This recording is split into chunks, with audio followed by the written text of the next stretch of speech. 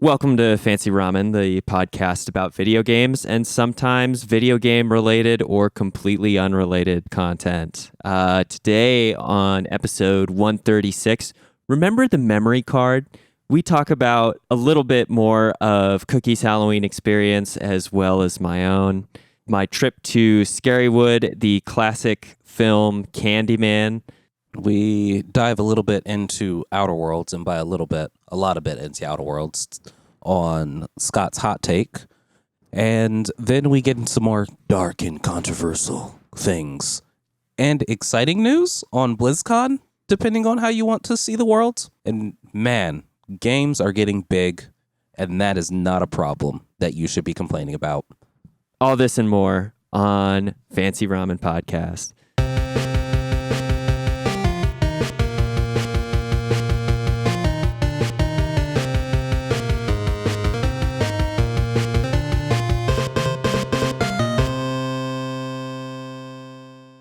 So let's get into it. What's been going on? I haven't talked to you or Neil on the pod in 2 weeks now, I believe. Yeah, it has been a hot second. Last week's title, Idaho Tire Screw. I think I inspired that. You did inspire that. Left a lot of our clients. Oh my God, a lot of our listeners curious, but not that curious enough to like write in or anything. At least to my knowledge, because I don't have access to that. But it's been a fairly tame week. As you know, Halloween was last week, right? Yeah, Halloween was on Wednesday last week.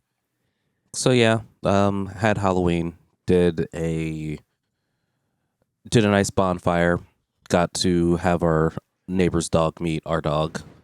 So that was interesting as they ran around. And I think we did like 3 Halloween parties. 3 out of the 4. 3 more Halloween parties than I found myself going to. No. Same costume for each one? Or are you a real Halloween power player and have a different one every time? So all 3 just happen to be around Halloween, but not all 3 were Halloween themed. Okay. So parties near Halloween. Yeah. Halloween adjacent parties. Yeah. So we had a actual Halloween party. I keep calling it a homecoming party, but what's the thing where you're housewarming party? And then one was housewarming. One was a 30th birthday party. Okay. I did a little bit of drinking at each. And just by a little. For a grand total of a moderate amount of drinking overall. Yeah. Okay, maybe the Halloween party did a moderate amount of drinking. The other 2 parties was like, okay, I will have a truly hard seltzer water, which was disgusting. Okay. Unlike that. Do you not like hard seltzer water in general, or that particular brand was unpleasant? I don't like people screaming a fruit flavor at me while I drink a seltzer water. That's such a popular alcoholic drink out here in Montana for whatever reason. Like White Claw seltzer water it can be found everywhere. I talked to a guy who actually for like probably half a dozen years worked for a like beverage distributor out here, mostly alcoholic beverage distribution. And he was telling me that Montana picks up like an ungodly amount of the market of like White Claw seltzer water for whatever reason. That's awful. It's real popular with the cowboys. Gross. But besides that, haven't really done much of anything. Me and the wife were discussing costumes and cosplay outfits for next year. And I think since Castle Crashers Remastered just came out on the Switch, I think we're going to do Castle Crashers again. You're going to go as that deer? Yeah. For next year. What have you been up to? Besides getting stranded in the adjacent state of Idaho last weekend, it's been a mostly tame week for me as well. But I did go to a amusement park called Silverwood out in northern Idaho. It's a little bit north of like Coeur d'Alene. and they have a Halloween event called Scarywood, where they essentially retrofit the entire park into like a giant array of like themed haunted areas, haunted houses, and then they have like a fair number of their rides open at night. And so, like, I rode a roller coaster that I think it was called Tremors, if I remember correctly, where it actually goes it's an underground wooden roller coaster where it essentially starts above ground and then drops like 103 feet into the ground. Or I should say its top point is 103 feet above ground, but the ground is only like 95 feet away from that top point. So you dip then a whole 103 on the first drop. And because it's nighttime, you essentially descend on this coaster just into like pitch black, like swallowed by complete darkness. It was pretty insane. Quite the adrenaline rush. Did a couple other coasters too. I was going to say that coaster sounds like both my type of coaster and also not my type of coaster. For I don't like being off of the ground, and since we're going into the ground, that technically negates it. Is off the ground. It's in the ground. It's a completely different approach to being on the ground or off of it. It's I'd say probably solidified my appreciation for wood coasters too. Like normally, I don't know why, but wood coasters, give me a little bit of nerves, or I get nervous about them because it's just wood, and I know that they inspect these things all the time, and wood is less like fragile than say a metal part if it were to break. I guess it's less brittle, right? It's less something. So yeah, I feel like if a wood coaster had a part fail and a metal coaster had a part fail, that the wood coaster might actually be safer. It's kind of like when you see the old time like railroad bridges that have so many struts, and you see like a strut or something fall on the bridge and nothing happens because there's still like, it's like now you have 399 out of 400 struts remaining. It's not so bad. But it really made me appreciate, I think, wood coasters more. They're very fun. We also did one that went backwards, which is a wild time. Nope. I can tell from your expression, not a fan. Nope, not at all. Nope, I don't. Mm-mm.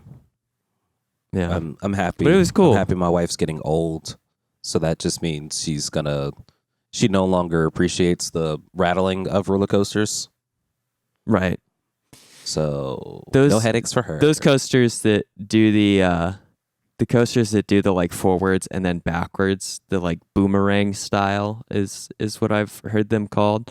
I don't do those because those are like asking for whiplash, but I'll still do most everything else. But it was cool. So it was, I think the park's called Silverwood, and they called it Scarywood for the big event. It was pretty cold. I almost froze to death, but I was able to regain feeling in my extremities after like soaking them in hot water hours later. And then I made it back to Missoula, and that was the end of the Halloween excitement. Sierra and I for the holiday sat down and watched some scary movies. One of them, I don't know if you've ever heard of it, called Candyman. Oh yeah, with who was the black guy who played Candyman? I feel as if it was... I don't know, but he's got one hell of a voice. I'll look it up real quick. Come on. Tony Todd. Oh, he's not in anything else. Yeah, I don't think he's in anything else.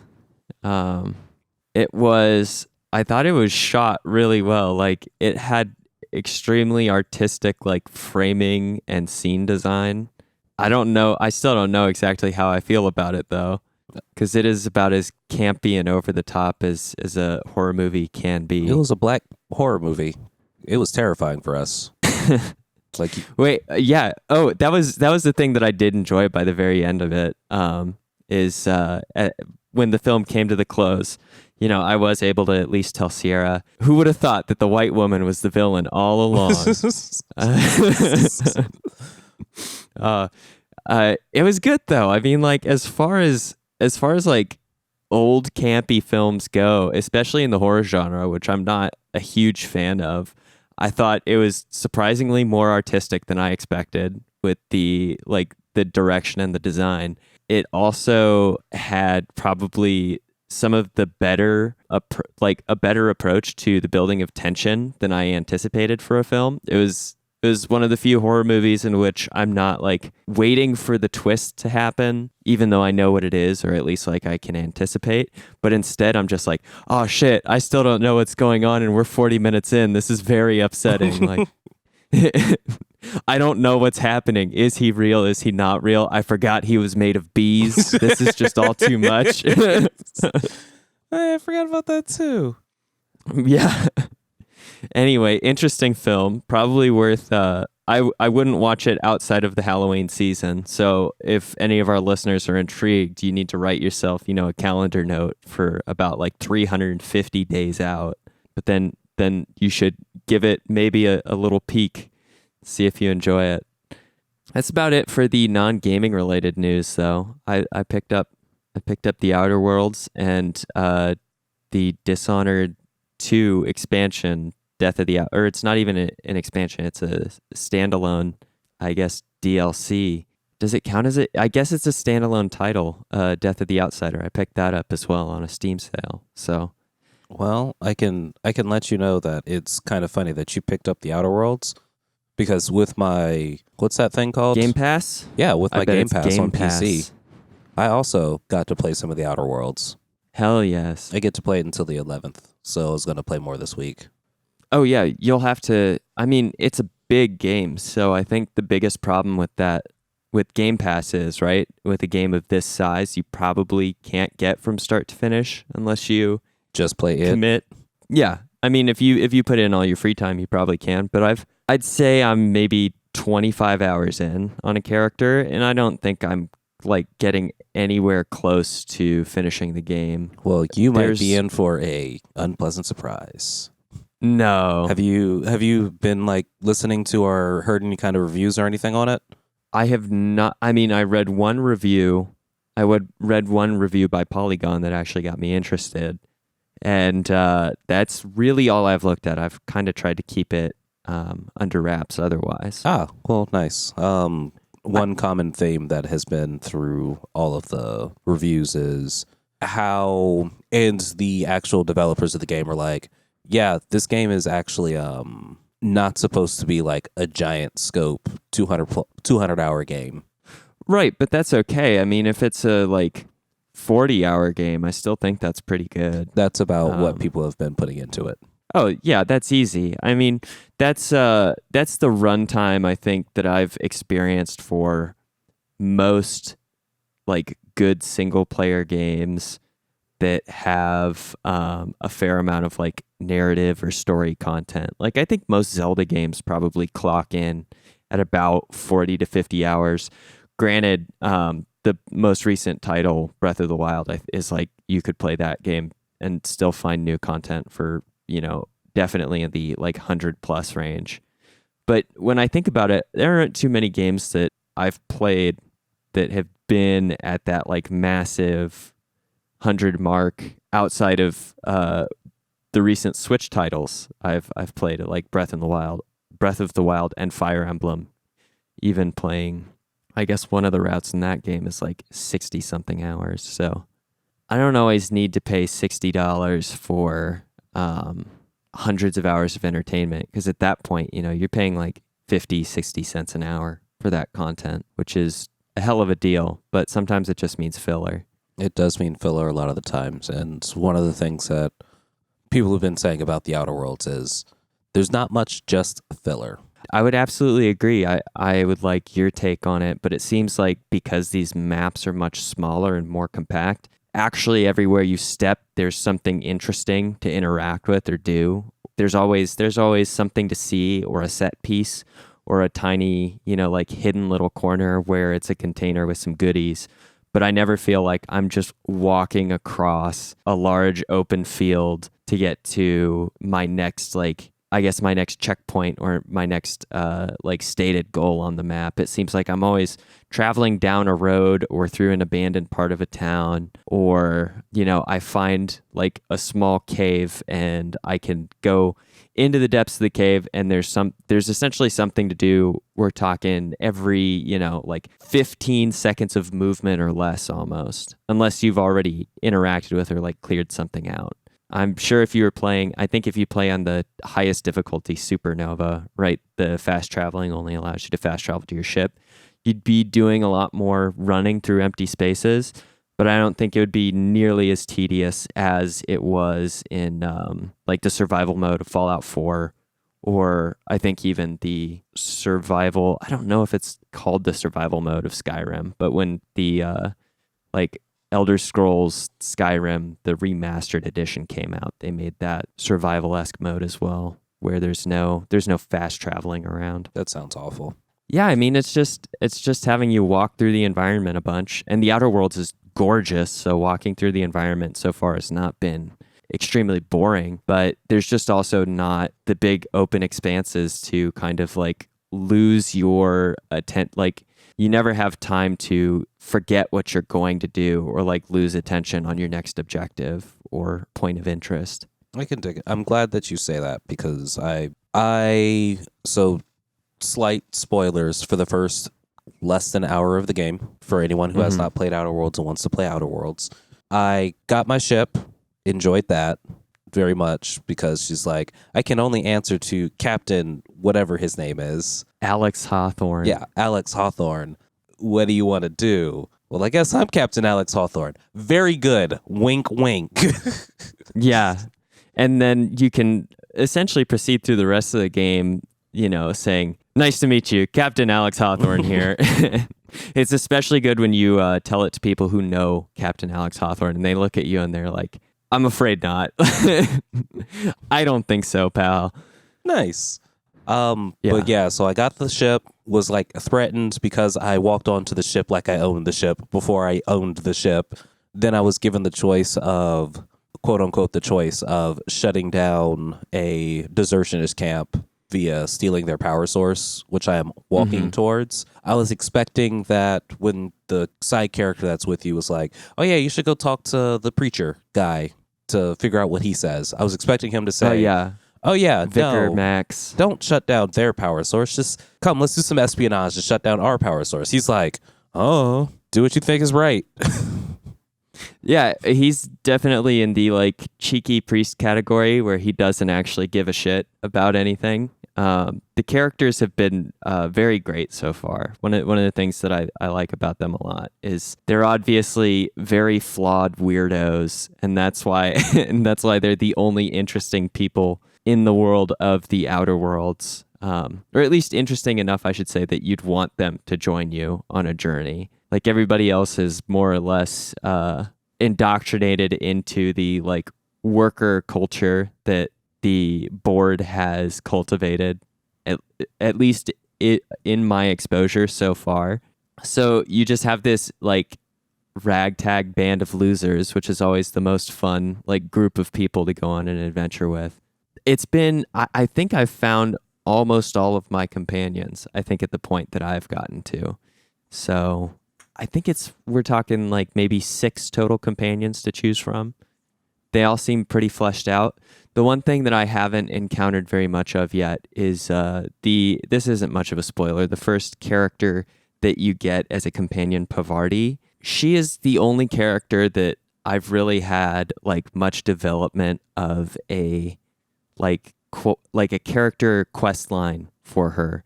She and her character quest line is actually nothing of what I expected. The actual like side quests and tasks outside of the main story have been very refreshing as to their content and kind of how you go about them. Also, the amount of flexibility to make your decisions and choices in the game. This is one of the first role-playing games I've played in a bit where I feel like my decisions not only like have consequence in the world, but I'm not actually ever sure about what I want to choose. It's when faced with the like the first ethical dilemma of shutting down power at either redirecting power, essentially shutting down access to the power grid at the deserters camp or the cannery, it's really difficult to know which one is the better option. If you take down the cannery, it's presented to you that you would essentially like crush or strangle the entire town out of its existence. Meanwhile, the deserters camp, they're idealists, like trying to set up a more like communal like space and a cooperative, I guess. They're learning to like garden and putting their work and efforts into something that seems much less like mundane and corporate and like existentially threatening to the people of Evergreen, or it's Emerald Vale. That's what it is. To the people of Emerald Vale. You keep the cannery running, you keep people with jobs, but they're working themselves to death and they're sick and they're like under this terrible capitalist thumb. You shut down power to the deserters and they have nowhere they can stay. They'd have to disband, and whatever the project of starting a new community is essentially killed in the crib. Yeah. There's no I don't think there's any happy option where you just don't divert power to either place, or at least I'm not entirely sure of that, because you need to get it from somewhere. There's no easy middle of the road options. It's no like Paragon everybody wins. You have to make like hard and fast choices that are going to disappoint or hurt some people and like help and benefit others. And there hasn't been a time where I've gotten a choice yet where I've made it and thought, this is obviously like, this is exactly the good choice. This is definitely the bad choice. If anything, I've made choices that I thought like, this is probably like, this is for the greater good. And then seen the consequences and been like, oh shit, I don't know. I may have actually made the wrong choice. And it's nice to be posed with that kind of like doubt and those questions in the game so far. It really plays off of, I think, that dynamic quite a bit of trying to find, there is no way to almost find a happy middle ground no matter how hard you try. And so it becomes like making a lot of decisions about what do you think is the lesser evil in these specific situations. And as I progressed further, it really seems to have like added more detail and context to decisions. So if I don't know how you feel about, say, the board or the corporations from the start of the game, they're obviously presented as pretty terrible. There's more nuance that's being applied to the like interplay of people who are outside of the corporations and those who are a part of them as you move further and further into the game. That's making it an even tighter balancing act to rebel against, say, like the board and particular corporations, and like satisfy people's like needs and wants. Nice. So with that being said, are you going to start rebelling more again? Are you going to start siding more with the board?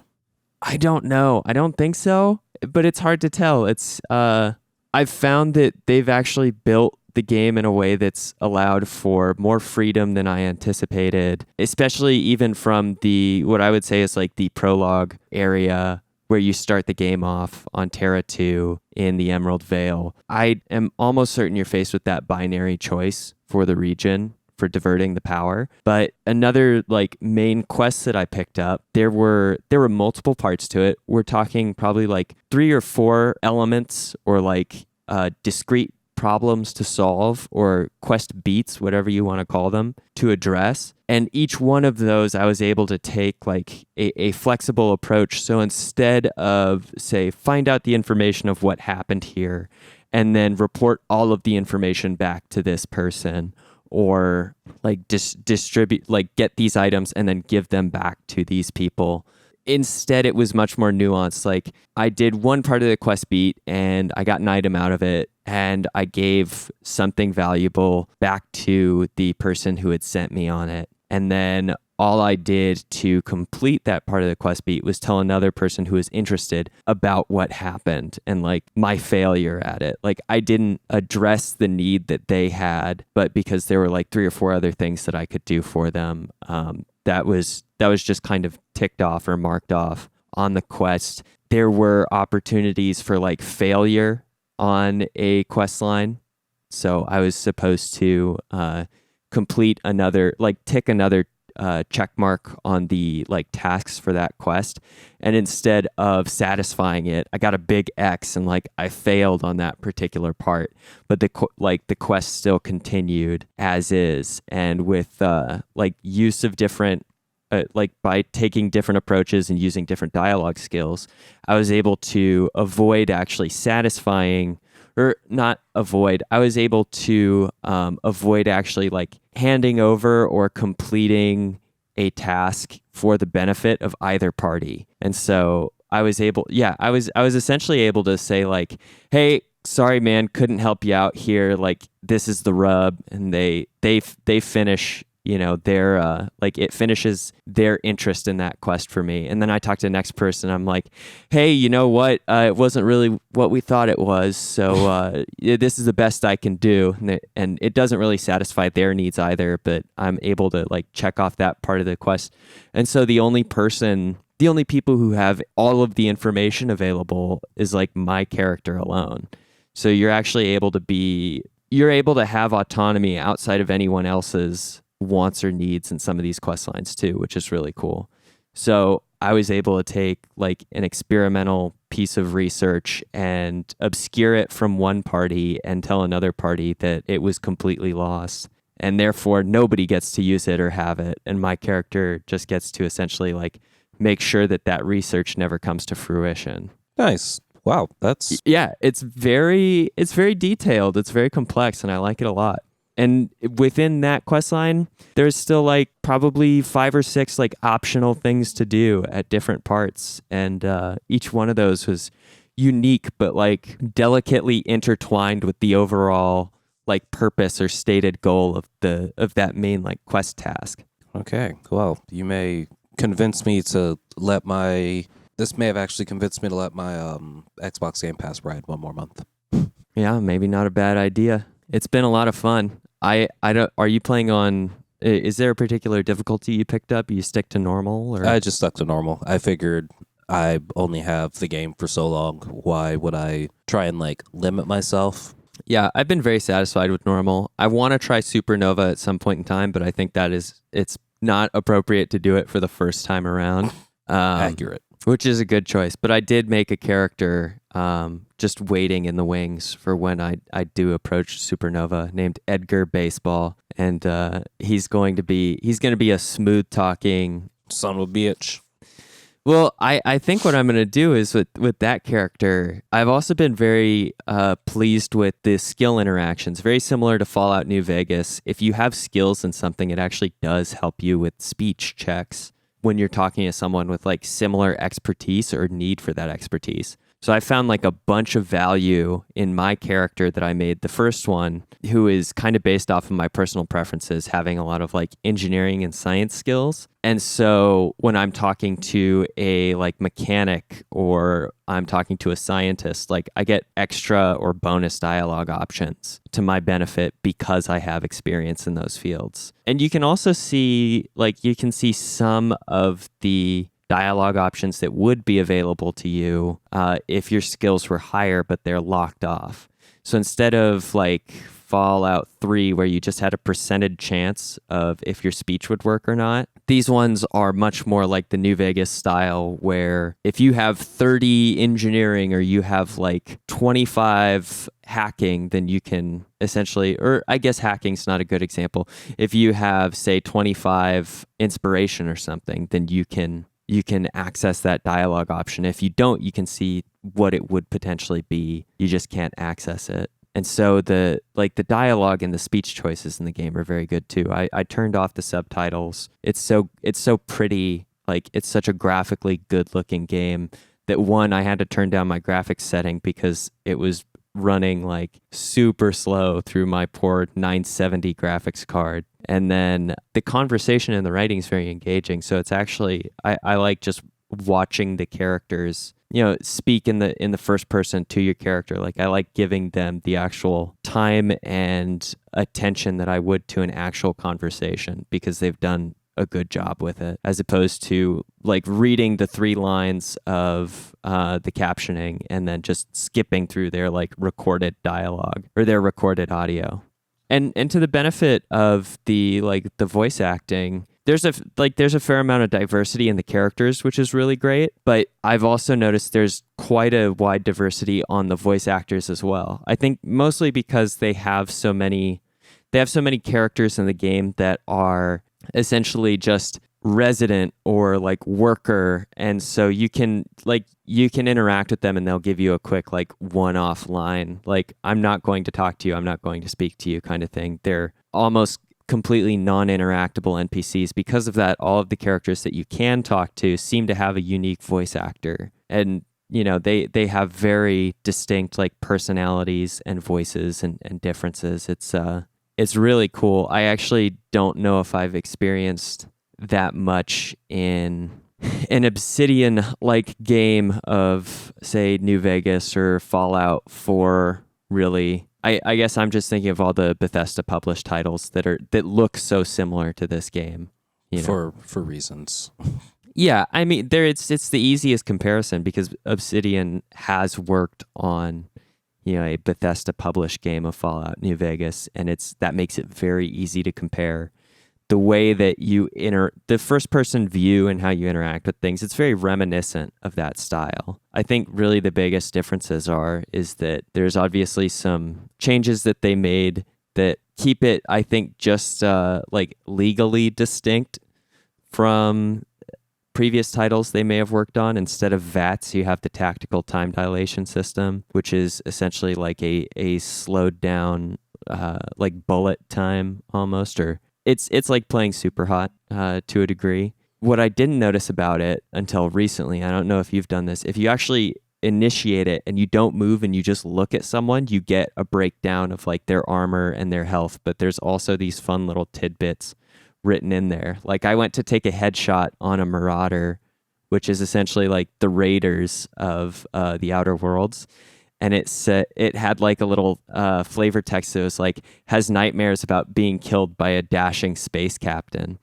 and so I pulled the trigger and I was like, oh, you poor thing, I am your nightmare. But there's just so much like wonderful detail in the game so far that I'm enjoying quite a bit. Nice. Yeah, I'll definitely have to keep playing and figure out where I end up for when everything comes to a head. Mm-hmm.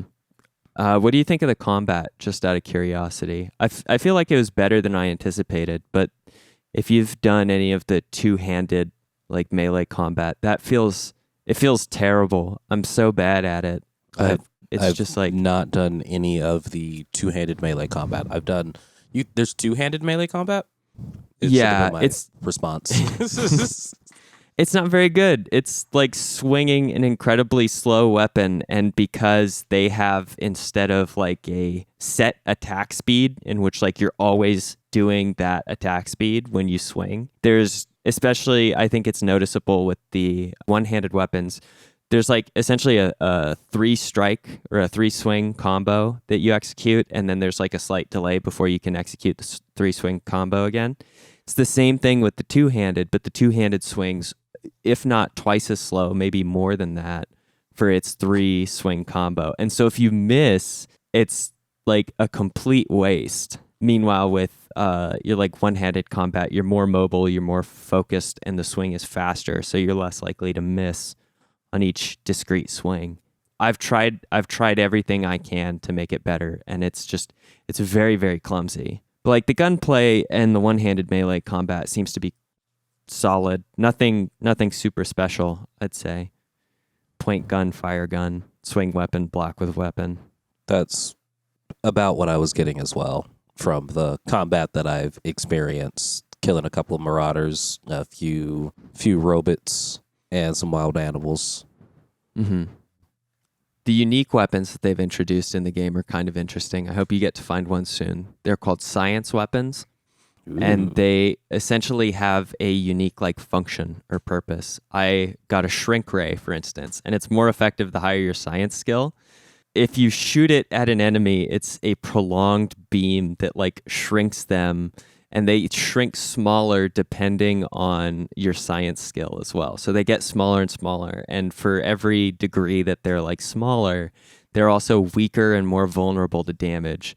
So if you're fighting like a large colossal like wild creature, you can shrink it down to like medium dog size and then just have your angry priest kick the shit out of it until the fight's over. So what you're saying is respec everything into science. You can, and that's the other thing that's nice. I think you have a tool on board your ship that allows you to respec your skills for a cost. It is expensive. I will say that. Well, I'm only at the beginning of the game, so fuck that. Well, and so here's the thing. I think it's one of those options in which respecking gets cumulatively more expensive. So the first time, I think I paid 500 bits to respec, and I just did some very simple tweaking. And I'm sure if I were to do it again, now it would probably be more like 1,000 bits, or maybe it scales on level. That's possible too. And if that's the case, maybe it's more like 5,000 bits. It was something to the extent of it being probably a quarter to 1/2 of what like my total carried amount of bits, which is the currency in this game, was the last time I checked. Nice. Mm-hmm. And then there's the flaw system, I guess, is the last thing. And unfortunately, I haven't played around with that very much because the flaw system so far has been extremely penalizing for me. Like the flaw system, I don't know if you're aware of it. If you take damage of a certain type, or there are other, I don't know if it's just triggered by damage or not, but it's the 2 times I've had it activate for me are when I've taken specific types of damage. I've had enough concussions that there was a flaw where if I took a -1 or if I took a penalty to my intelligence, then I'd get to choose a perk in exchange from being knocked around in the head too many times. Or maybe it wasn't a perk, there might have been another benefit. But then I got another one that made me afraid of heights because I kept falling from high distances and busting my shins. And so that one, it was like I took a penalty to my dexterity and to my like determination. And so you take penalties to a couple categories, and then it gives you the option of like bonuses in another area, or like the ability to choose a perk in your perk list in exchange. And the only reason I haven't taken them is because the areas where it wants me to take a penalty are like the only strengths my character has. Wow. So this game is deeper and yet still kind of similar to what I expected. Yeah, not too much really on surprises, except for the level of like intricacy or detail that exists. Yeah, I'll definitely have to give it a little more time, especially seeing as my Stadia is not getting here until the end of November. So even though I guess the that Pokemon game's coming out soon, right? I believe it's the 11th. It's 8 days out. Damn, I haven't even pre-ordered it. I don't know. The closer I'm getting to it, the less excited I am for it because of what's just available in general. Yeah, and what's on the horizon too, I guess. Yeah. So I guess in gaming news for myself, I've got a what's the word where you say something contrarian that might be an unpopular opinion? You have a hot take. I do have a hot take. We've been talking at my work recently more about the whole Blizzard, especially with their recent. Before BlizzCon actually started, we started having this conversation about how they handled Wei Chung and all that. And one of the people I was talking to had the exact opposite opinion of like everyone else. His thing was, I'm disappointed in Blizzard because they backed down. And I was like, but how can you say that? What they did was like unfair. And he's like, well, their bylaw said if you said anything that could put you in a negative light while representing a Blizzard platform, we can take action. So negative light to anybody. And exactly, it's ambiguous enough. And their action was clearly stated, you're taken out of Grandmasters, and anything you won, you don't win anymore. So I was like, oh, I guess in that sense, I can kind of see it, but there's no human element a part of it. And he's like, well, that's the reason for bylaws and for companies to be companies, to take the human element out of things. And I was like, oh, I guess that kind of makes sense as well. So either way, we kind of kept going back and forth for a while. And now I'm not quite completely on his side. But you feel some sympathy to the argument? Yeah, I have a clearer picture of Activision Blizzard side of things, where it's like, hey, we know this is said to be ambiguous, but anything that alienates anybody, we want to crack down on. So it's not just protecting what is right by American standards. It's about protecting anyone in any view. So, for instance, I think one of the heads of Blizzard literally said, "Would you be reacting the same way if we banned somebody if they were like, go Nazis?" Yeah, it's an interesting argument that they need to, protect every party evenly or equally. And I mean this gets into like a very difficult argument within the United States, especially with our charged. I think our charged nature, but I mean just our interaction with the First Amendment and how we feel like culturally about it as well. I mean, the ACLU, which is often known for the defense of like human rights, especially on free speech grounds, they do actually have lawyers that get involved with cases that are defending people who are like Nazis or white supremacists or whatnot, because they ultimately understand that weakening these protections for these groups that have like heinous views and beliefs and I think it, at least from my personal perspective and opinion, are like toxic to humanity as a whole. They understand that the weakening of like law of rights and protections for them ultimately comes back to other minorities that deserve those protections to be, strong and effective. I think the argument for Blizzard's case here is like the party that we notice that is benefiting from this is the communist, it's the People's Republic of China. Like it's a communist censorship-based regime that is benefiting. But and this is something that as Americans, like our perspective is always going to come from a very intense place of bias in comparison to the Chinese perspective, both historically and culturally, as free speech means so much to us. There's arguments that will be made that the People's Republic of China, outside of all of the terrible things that they do in discriminating against minority populations, disappearing people, committing genocide, essentially, like they provide some stability and quality of life to the majority of their country. And so if people wanted to get into a very like bleak philosophical argument about like utilitarian viewpoints, maybe not crossing China on this is at least in the short term like a fair choice for Blizzard to make. I think the area that makes many people uncomfortable is the fact that it's a very complicated political situation that has brought the conflict between Hong Kong and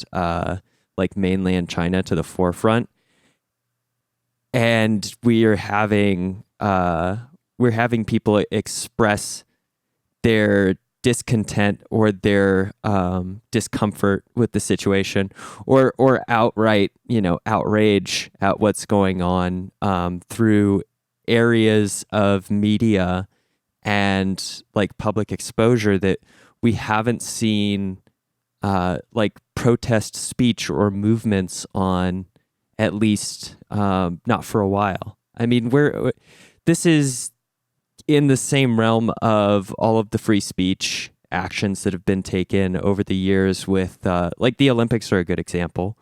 When black athletes would raise their fist in solidarity, or when we boycotted the Olympics that were held in Nazi Germany. Like there are times when things become so culturally like tense or politically fraught that people feel as though whatever platform they can utilize to speak out and express themselves and express their feelings or opinions, they need to use that.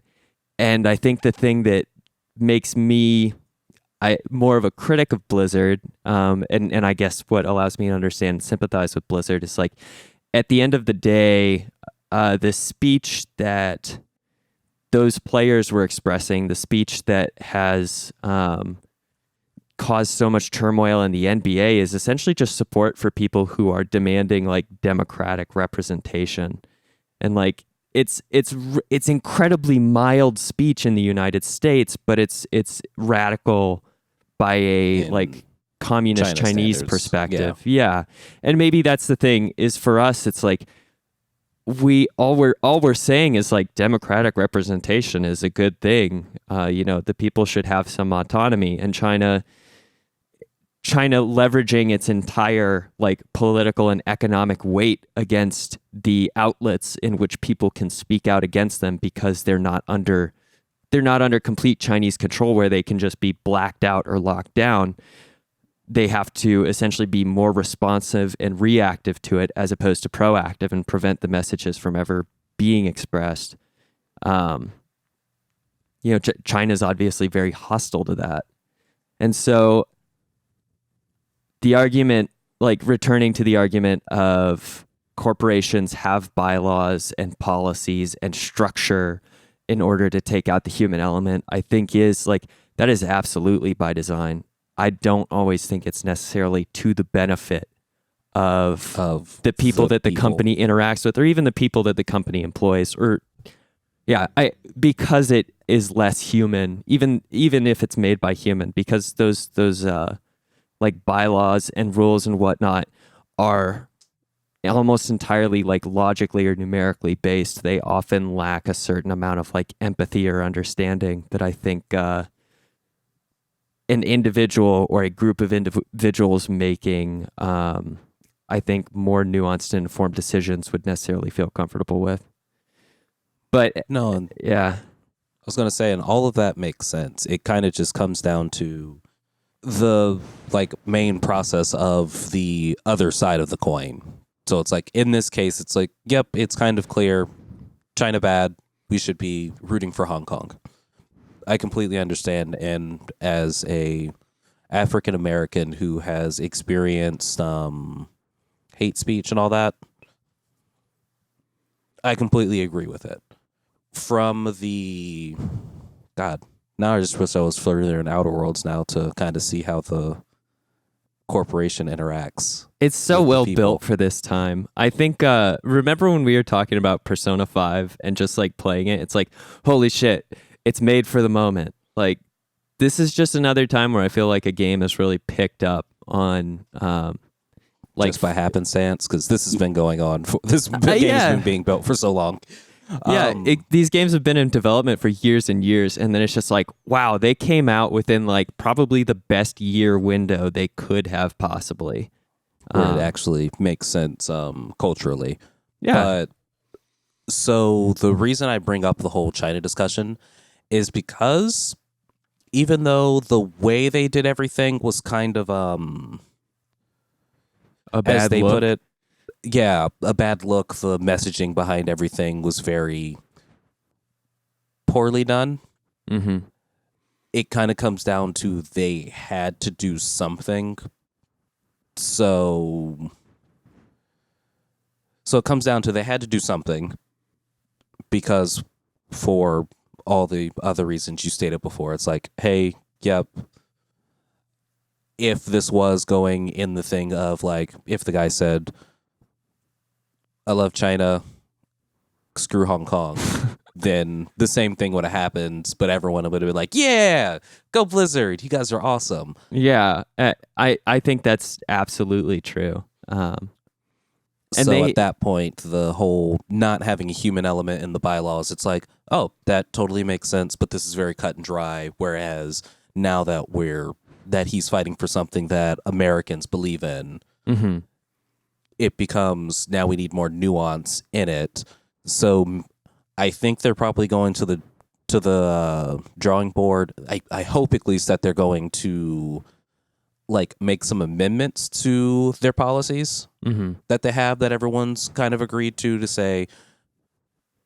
So hopefully not just say, hey, you can't talk about anything political at all when dealing with our like sponsorship or things of that nature, but more along the lines of here are some guidelines of the line, because as of the ambiguity of what they've got written right now is we decide where the line is. It's going to be a fluid line.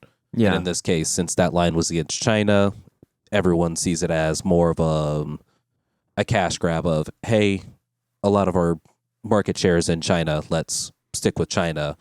The argument that the guy was making that kind of started making sense to me was, don't think about it. If you don't think about it in the money standpoint and think about it more as, hey, these are the rules of the company. We want to follow the rules of the company. So take, for example, your job, for example. If you started breaking rules of your job, what would happen? Yeah, you wouldn't have your job.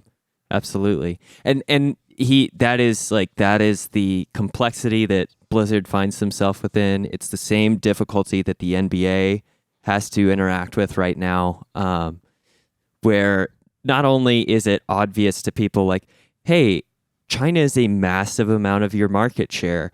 It's also what happens if your market, like what happens if this country determines you're not a legitimate business, we're lopping off access to 40%, 70% of your market share of your consumer base. It's like, what happens to all those people that you employ who, like they disagree are living with off of that. Yeah.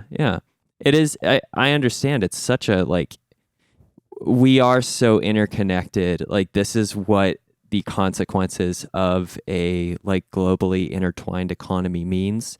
Is it does mean that we either have to progress towards more shared values in order to mutually benefit from it, or we are going to continue to fracture and shake apart established connections and benefit. And it's not clear what direction we're heading in from any day to day. So the reason I bring up this whole thing is because BlizzCon is either still happening or just got finished. Did you watch the apology? I actually have been completely out of the news on that, so I would love a good synopsis of what I missed. So, because unfortunately I can't put the nuance. The head, at least some head of Blizzard, came on at the very beginning of BlizzCon and was like, hey, we messed up. We understand. We still think we made the right decision, but he pretty much rehashed the apology that was given before. And he's like, he said something that's like, my sincere belief are along the lines of, while I'm still in power, things are going to change. Things are going to get better. I think his ultimate thing was, we took action and then we did not tell you, our fans, about the intricacies behind the action that we decided to take. We kind of took the action and went radio silent and then had to deal with all the backlash. And we're sorry that we did not communicate better with the fans of why we decided on these actions rather than just sticking that, hey, these are our rules, which a part of their rules, the one thing I did not agree with at all was the fact that they penalized the two guys that were hired to give an interview. Oh, yeah. Yeah. That was the part that I'm like, yeah, they shouldn't have punished them at all, because they were clearly like, oh, he said something that was against the rules. I don't want to be associated with this situation. I'm just and they going to slide off screen. Yeah. You really shouldn't be punishing the people who had nothing to do with it. It's still a bad look, either way, whether you punish them or you don't. But especially if they dodge the camera as soon as they realize something has gone wrong, I think that should be an indicator that they're trying to perform their job. Yeah, because it's not like they didn't just completely invite, a continuation. They're like, tell me more about that. What do you Yeah. They were just like, well, I think I had a question. Yeah, you said that. I don't have a question anymore. I'm just gonna go over here. And Please, someone who's in charge, cut the feed. Please. I didn't realize those two casters were also Taiwanese as well. And wow. yeah, and the nuance for anyone who's not super familiar with China and Taiwan. I mean, Taiwan's separated from China, and I wish I had more history, so I don't just have the name Chiang Kai-shek like flashing in the back of my head. But Taiwan and China are not they're not allies. They're not friends. China considers Taiwan like territory and subservient to China. Taiwan does not agree with that. And I think the U.S. Their foreign policy position is normally as an ally and supporter of Taiwanese independence. But it's interesting, yeah, that these casters get punished, and it also happens to be that they are of the nationality that China would be pretty critical of or opposed to. Yeah. So that's the one part that I really was like, yeah, but that's the one piece that doesn't make sense to me. They punish them if you're looking at it from the lens of, hey, we've got to stick with our bylaws. Yeah. Because they that makes sense didn't for say the players. anything to put then. It makes sense for the players, not for them. So for that, I can see the cash grab money, China bad, yada yada yada.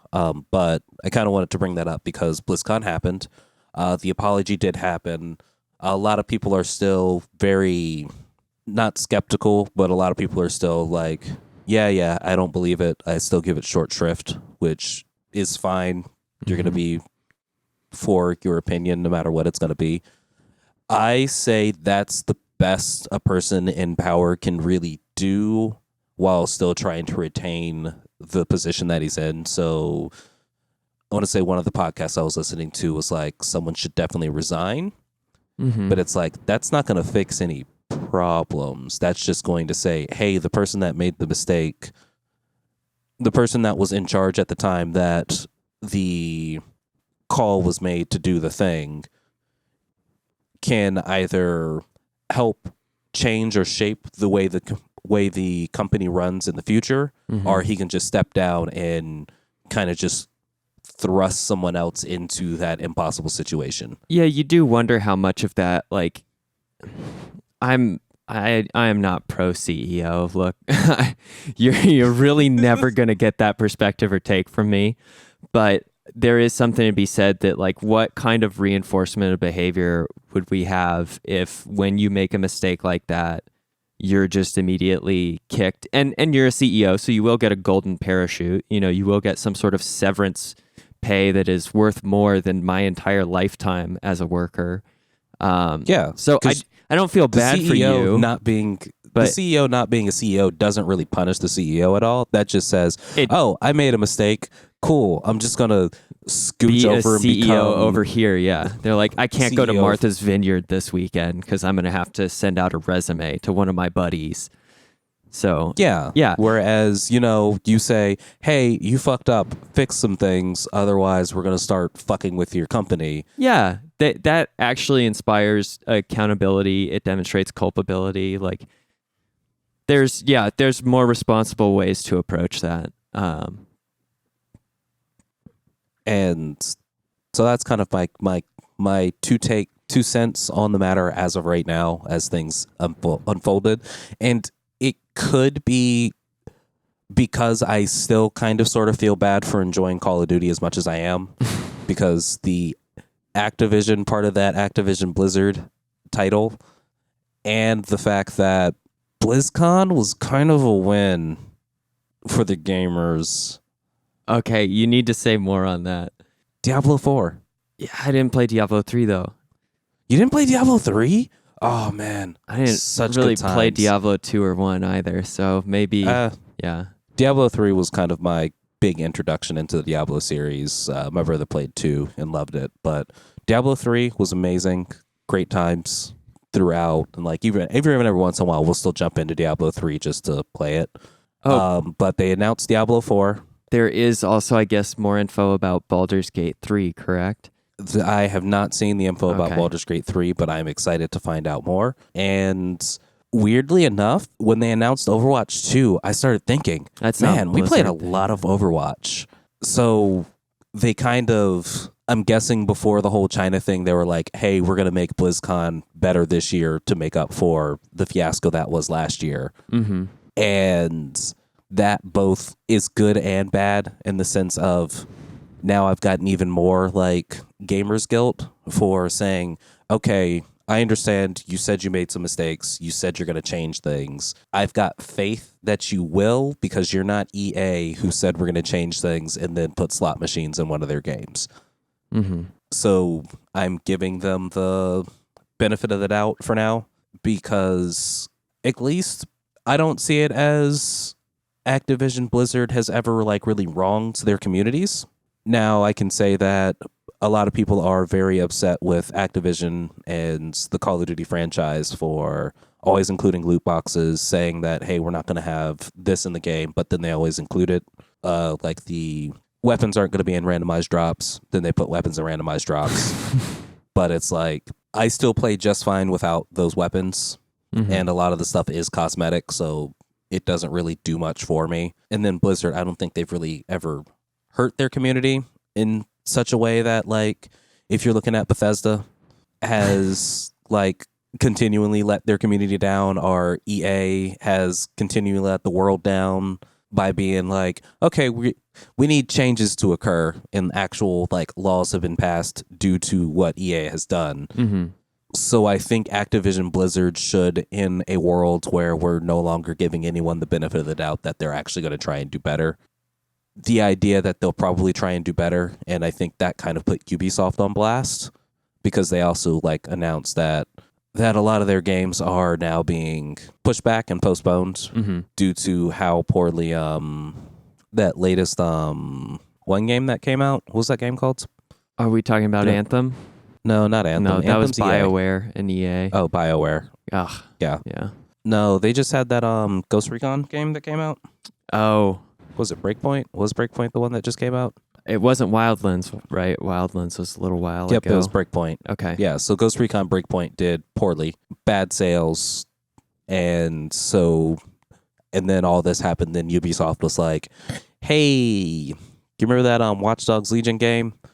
That's not coming out this year anymore. That's been pushed back a couple of months. Mm-hmm. Also, that one other game that we announced, that's also being pushed back. So Ubisoft like pretty much pushed back their entire like They pushed pushed back back their their entire fall game catalog. release. Yeah. for till sometime next year. Mhm. And it's like, oh, I guess that's fine. I was gonna have all the games to play, and I was really looking forward to another Watch Dogs game, and this one looked great. But I guess I'll just wait, because the buggy mess that you release is never that bad that I'm like bored playing it. Because I Mhm. know the first time I played the only time I played Fallout 76, I was just bored. I was Right. just like, okay, this is stupid. So some companies I don't like to give third and fourth chances. I think Blizzard deserves one, I guess, is kind of what I'm coming down to. And it could be the whole excitement of, hey, they just announced a bunch of games that I really like to play. Mm-hmm. So I'm finally getting that thing I've really been wanting from them. So yeah, it totally could just be that. That's my random 2 cents on sociopolitical topic of discussion. I've been enjoying Call of Duty. It's a lot of fun. Game of the year. Modern Warfare. I've seen commercials galore for it. What's is there anything that is worth noting about it? So I got a chance to talk about it a little bit last week, Mhm. but I don't think I beat the campaign last week when I played. I finally got through the entire campaign. My wife And once you finish it, you can just scrap it, right? Like this is the I one don't where know how to just scrap it. So I had the choice of downloading it, right. but I can't Piecemeal remove it.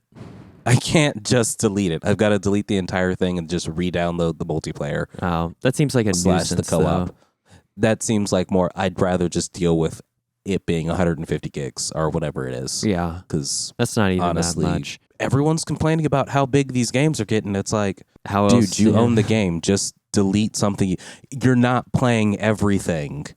And sure, you may have the whole, oh, but what if I just randomly want to play this game one random day, but then I've got to download it? Well, obviously, it wasn't on your list of games to play this week, so Yeah, I don't think you're missing out. I'd really like to bring people back, at least of our age, to the days in which you had like 4 to 5 like memory cards for your PlayStation or your GameCube. Like, And you had to we've remember. come a long way. Yeah, you had to label your memory cards. Like, this one has Tony Hawk's Pro Skater. This one does not. Remember It's that, like- because you can't just pull them out and like stick them back in the middle of play either. They have to be, if I remember correctly, you had to like You have boot to the system with it in. Yeah.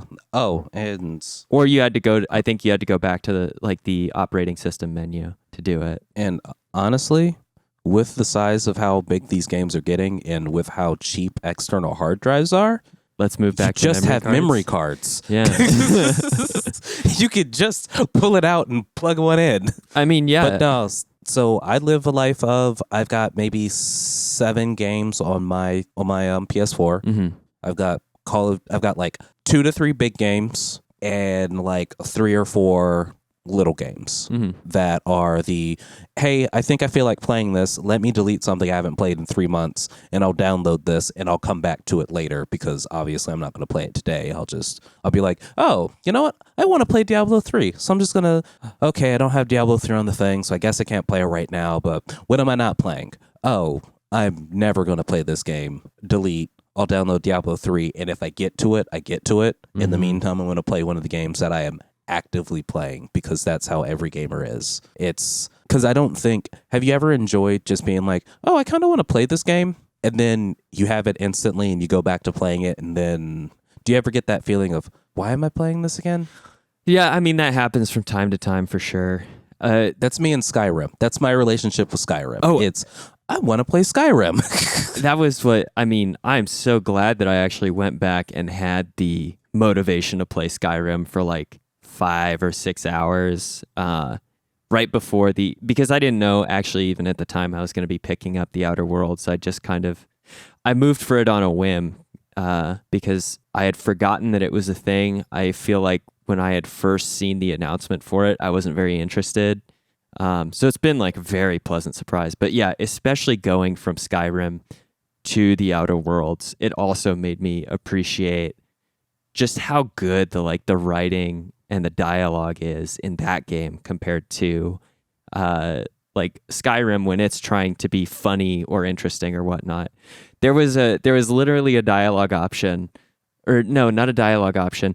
There was a terminal I was reading that absolutely was hilarious to me because it's essentially addressed like from some rebels, like a rebel group that is anti the board. This is in the Outer Worlds, describing the poem of Ozymandias. You know how the statue of Ozymandias looks out over his like kingdom, and it's nothing but sand. Do you know what I'm referencing?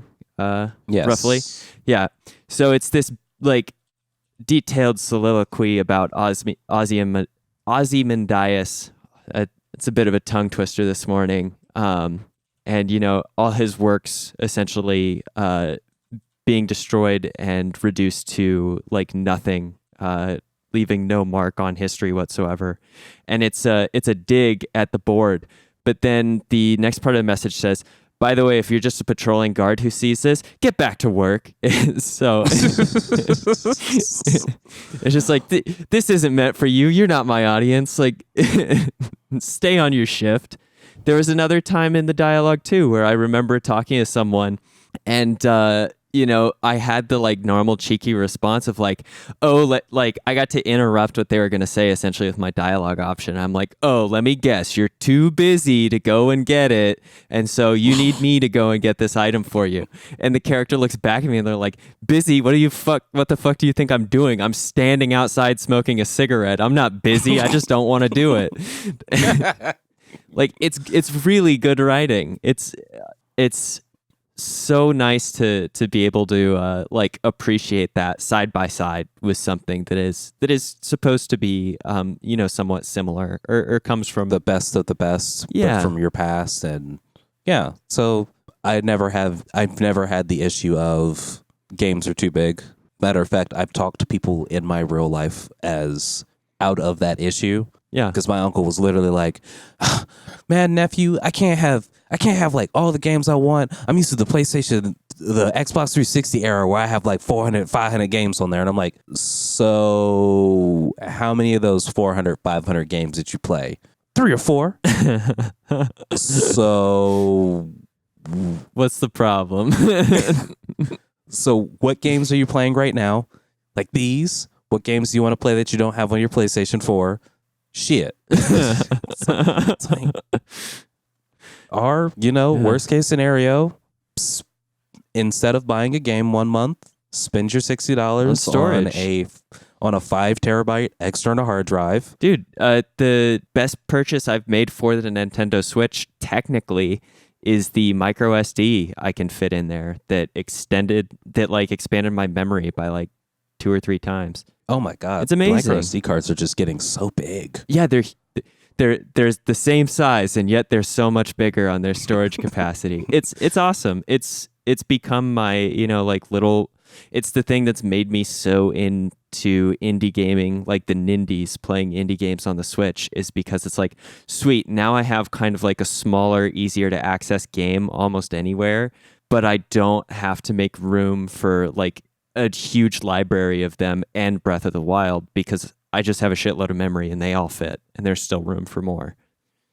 Yeah. Eventually you're going to have an issue with all your tiny games that you don't play that you get for free. Just scrolling through them. I will say, I love the fact of with what Nintendo's doing with the free games that you're getting. It's quite literally hey, here's 56 megabytes. Here are all your Nintendo games. Mm-hmm. But then again, all those Nintendo games are like 36 kilobytes a game, so it makes sense. Yeah. So you can't really translate that. You can't really translate that. But I just don't have the care for playing like older games, Mm-hmm. which is why I enjoy Xbox Game Pass over the PlayStation Now, even though PlayStation Now got cheaper. But I don't know what they're offering with that. Going on a tangent. Yeah. I'm done talking to you now. I think I am too. I think we just cut the episode right here. Comments, questions, any sort of message you want to send us at all, go ahead and send that to podcast@fancyramen.com. Also, don't be afraid to watch the Neo play some older games, or maybe, you might throw us for a loop and play some newer games at twitch.tv/FancyRamenTV. Whether or not he'll be playing this week, I don't know. I am going to try and get my Twitch back up once the link finally arrives for the Oculus headset, so that way you'll be joining me for fitness days, i.e. me playing in VR. And I think Jay Frey all day still plays. All day. Yeah. Leave a like and a review. Subscribe to the podcast if you haven't already on your podcast gathering app. And please tell your friends about our podcast. It is the best way for us to get more listeners and expand the Fancy Ramen empire. And you know what that means? We'll probably be on topic a little bit longer and less random. Yeah. Maybe. But if you like that about us, still tell more people. And that means you just get more of that. So win-win? Win-win. All right. We'll see you next week, everyone. Bye.